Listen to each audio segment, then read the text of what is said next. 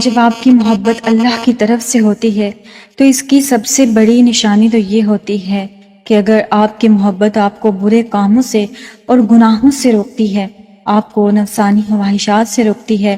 آپ کا دل اللہ کی عبادت میں لگا رہتا ہے، آپ ہر وقت وضو کی حالت میں رہتے ہیں، آپ کی لبوں پہ ہر وقت دعایا کلمات جاری رہتے ہیں، تو یہ محبت صرف ایک جسمانی محبت نہیں ہے، بلکہ یہ محبت اللہ کی طرف سے ہے، اور یہ ایک روحانی محبت ہے۔ اور یہ محبت نہ صرف آپ کی زبان کو پاک کرتی ہے بلکہ آپ کی روح کو بھی پاک کرنے لگ جاتی ہے۔ آپ برائیوں سے اور گناہوں سے بہت دور ہو جاتے ہیں اور اللہ کے بہت قریب ہونے لگتے ہیں۔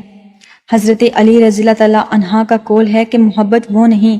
جو گناہوں کی طرف لے جائے، سچی محبت وہ ہے جو تمہیں اللہ سے ملا دے۔ قرآن کریم اس بارے میں ارشاد کرتا ہے کہ بے شک جو ایمان لائے اور جنہوں نے نیک اعمال کیے تو عنقریب ان کا رب ان کے لیے ایسے راستے بنائے گا اور انہیں وہاں سے رزق دے گا کہ ان کا گمان بھی نہیں ہوگا۔ یہاں پہ رزق سے مراد صرف کھانے پینے کی چیزیں نہیں ہوتی، بلکہ یہاں پر رزق سے مراد اچھی اولاد، اچھا ہمسفر، اچھے والدین اور اچھے بہن بھائی بھی ہوتے ہیں۔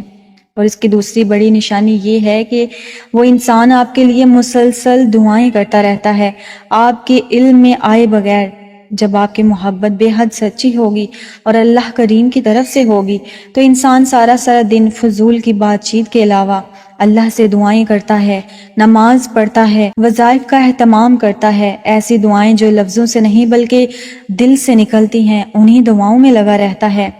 واصف علی واصف اس بارے میں فرماتے ہیں کہ جو محبت دعا بن جائے وہ اللہ ہی کی طرف سے ہوتی ہے۔ یہاں پہ آپ کو ایک اور بات حدیث کی روشنی میں بتاتی ہوں، جب کوئی کسی کے لیے غیر موجودگی میں کسی کے لیے دعا کرتا ہے تو ایک فرشتہ کہتا ہے کہ اللہ تمہیں وہی عطا کرے گا جو تم مانگ رہے ہو۔ اور تیسری اور سب سے بڑی اس چیز کی نشانی یہ ہے کہ صبر اور انتظار اور دل کا سکون،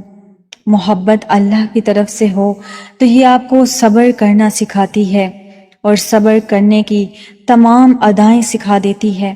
آپ کو بتاتی ہے کہ انتظار آپ کی عبادت بن جاتا ہے، دعائیں آپ کی عبادت کا حصہ بن جاتی ہیں، آپ کے دل میں ایک انجان سا سکون پیدا کر دیتی ہیں کہ آپ صبر میں بھی سکون محسوس کرتے ہیں۔ اس شخص سے دور ہیں لیکن پھر بھی آپ کا دل پرسکون رہتا ہے، اس شخص سے آپ کوسوں دور ہیں لیکن جب آپ اللہ سے اس کو مانگ کر اٹھتے ہیں تو آپ کے دل کو اطمینان اور سکون ملتا ہے کہ اللہ تمہاری ایک دن دعا ضرور قبول کرے گا۔ آپ کا ہر نیک کام میں دل لگنے لگتا ہے، آپ کو اپنا آپ حجاب میں اچھا لگنے لگتا ہے، اور ایسی محبت، ایک ایسا تعلق، ایک ایسا رشتہ جو تمہارے دل کو سکون دے، وہی رشتہ اللہ ہی کی طرف سے ہوتا ہے، اور وہی رشتہ ایک سچا رشتہ ہوتا ہے۔ ایسا رشتہ جو آپ کو نماز کی طرف لے آئے تو سمجھ لیجئے کہ یہ تعلق زمینی نہیں بلکہ آسمانی ہے۔ اگر آپ کو بار بار ایسا لگے کہ کوئی آپ کے لیے بے حد دعائیں مانگ رہا ہے،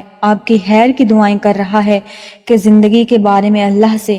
خاموشی سے دعائیں کر رہا ہے، تو سمجھ جائیں آپ کی محبت اللہ کی طرف سے ہے۔ آپ کو بار بار محسوس ہو کہ آپ کی محبت آپ کو بے چین نہیں کر رہی بلکہ آپ کو مضبوط کر رہی ہے، آپ کا ایمان بڑھا رہی ہے، آپ کے اندر دنیاوی خواہشات کو ختم کر رہی ہے، تو یہ بھی ایک نشانی ہے کہ آپ کی محبت آسمانی ہے۔ کیونکہ صبر کے بارے میں تو اللہ کریم قرآن کریم میں صاف صاف یہ بیان کرتا ہے کہ صبر کرنے والوں کو خوشخبری دے دیجیے، تو پھر جو صبر کرتا ہے ان کے لیے خوشخبری ہی ہوتی ہے، ان کا اختتام، ان کا اینڈ خوشی پر ہی ہوتا ہے۔ بس آپ نے صبر کرنا ہے، سچے دل سے اپنے رب سے دعائیں کرنی ہیں، اپنی محبت کو مانگنا ہے اور اللہ تعالیٰ سے سچی محبت کی دعائیں کرتے رہنا ہے، دنیا والوں کی باتوں میں نہیں آنا، اپنے رب سے مانگنا ہے۔ میں جانتی ہوں کہ کتنی تکلیفوں سے آپ گزرتے ہیں جب کوئی شخص جس سے آپ محبت کرتے ہیں وہ آپ سے بچھڑ جاتا ہے،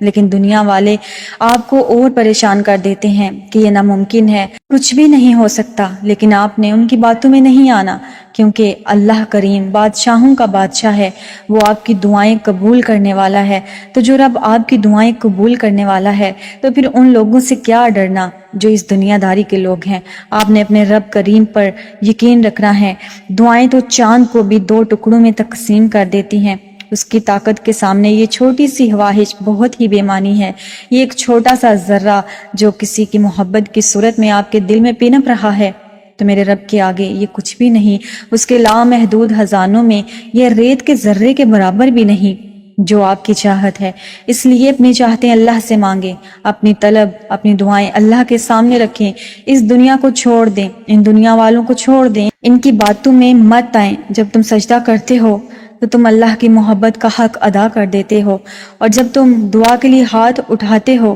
تو یقین کا حق ادا کر دیتے ہو، اور محبت کا تو یقین کے بغیر کوئی وجود ہی نہیں ہے۔ جس نماز میں دعا شامل نہ ہو وہ نماز ہمیشہ ادھوری رہتی ہے، تو پھر نماز ادھوری رکھ کر خواہشوں کے مکمل ہونے کی طلب کیسی؟ سنو، تم پریشان مت ہونا، سنو، سچی محبت تمہارا انتظار کر رہی ہے، اور سچی محبت تمہیں صبر کرنا سکھا رہی ہے، اور سچی محبت تمہاری منزل کے لیے انتظار کر رہی ہے۔ تمہاری منزل بہت قریب ہے۔ جن راستوں پہ چلے ہو اپنے رب کو لے کر ان راستوں پہ چلتے رہو۔ تمہارا رب ان قریب تمہیں بے حد نوازنے والا ہے، کیونکہ میرا رب کہتا ہے میں صبر کرنے والوں کے ساتھ ہوں۔